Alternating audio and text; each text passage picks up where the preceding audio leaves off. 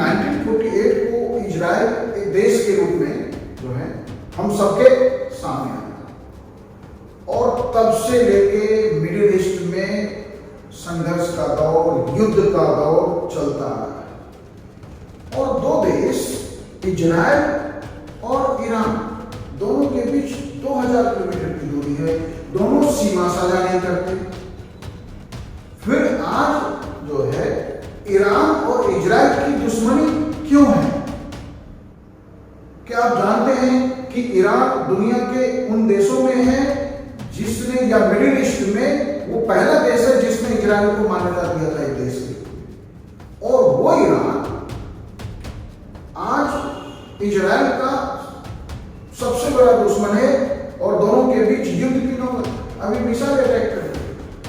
तो इतने middle east में इजराइल और ईरान के इतने बेहतर संबंध थे, फिर ऐसा क्या हुआ कि दोनों इतने एक दूसरे के दुश्मन हो गए?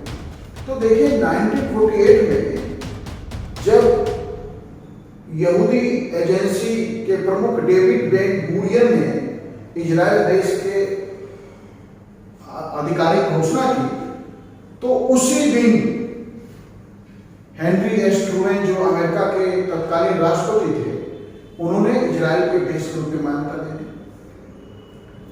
टर्की ने, आसपास के देशों में टर्की ने 1948 में इजराइल को मान्यता दी, लेकिन मिडिल ईस्ट में ईरान पहला देश है जिसने 1949 में इजराइल को एक देश के रूप में मान्यता दी।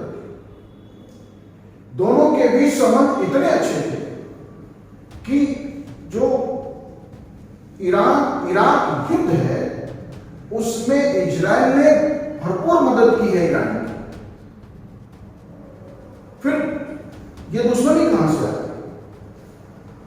वही हम समझने की कोशिश करेंगे कि इन दोनों के बीच की ये दोस्ती दुश्मनी में कैसे बदली, दो देशों की दोस्ती। जैसे दो दोस्त दुश्मन हो जाते हैं, ऐसा ही लगता है कि ये वैसे ही कोई पटकथा है, वैसे ही कोई कहानी। इसकी शुरुआत होती है 1979 में। ऐसा है कि वहां पहलवी डायनेस्टी का रूल था ईरान में।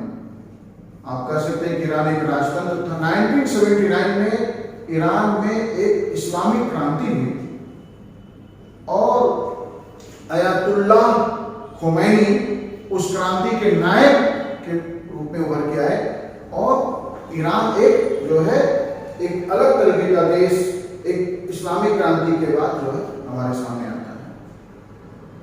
और उस इस्लामिक क्रांति के बाद ईरान की पूरी विदेश नीति, आस पड़ोस की नीति में बदलाव होता है।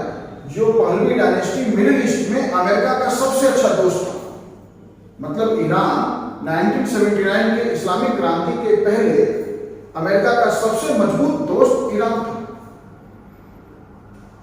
और इस्लामिक क्रांति के बाद जो है अमेरिका के विरुद्ध या हर उस बात का विरोध ईरान ने शुरू किया जो अमेरिकी हित से जुड़ा, और इजराइल को एक देश के रूप में मान्यता वापस ले ली।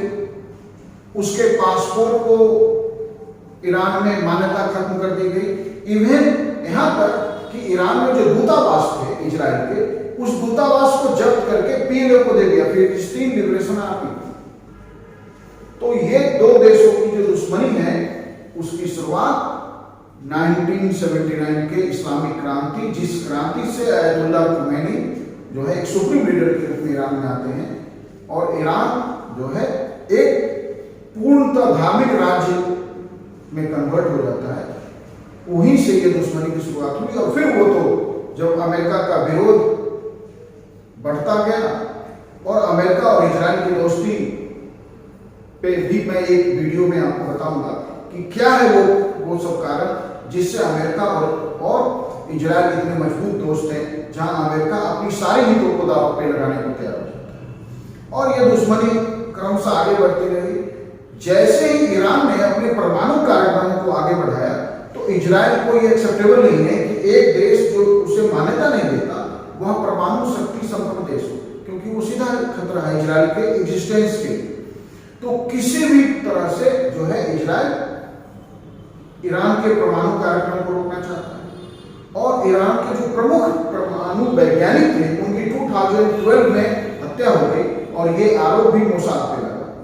तो ईरान और इजराइल की दुश्मनी के क्या कारण हैं मैंने आपको इस वीडियो में बताने की कोशिश की और ये उसी संघर्ष में ईरान ने उसी बदले में ईरान ने लेबनान में हिजबुल्लाह को एक मजबूत सैन्य संगठन के रूप में जो है डेवलप किया है और हिजबुल्लाह के कारण जो है ईरान और इजराइल के संबंध जो है उस स्तर पर पहुंच गए हैं कि जहां अभी ईरान ने मिसाइल अटैक किए हैं और अब बदले की कार्रवाई में इजराइल किसी भी समय ईरान के ऊपर कोई बड़ा आक्रमण कर सकता है।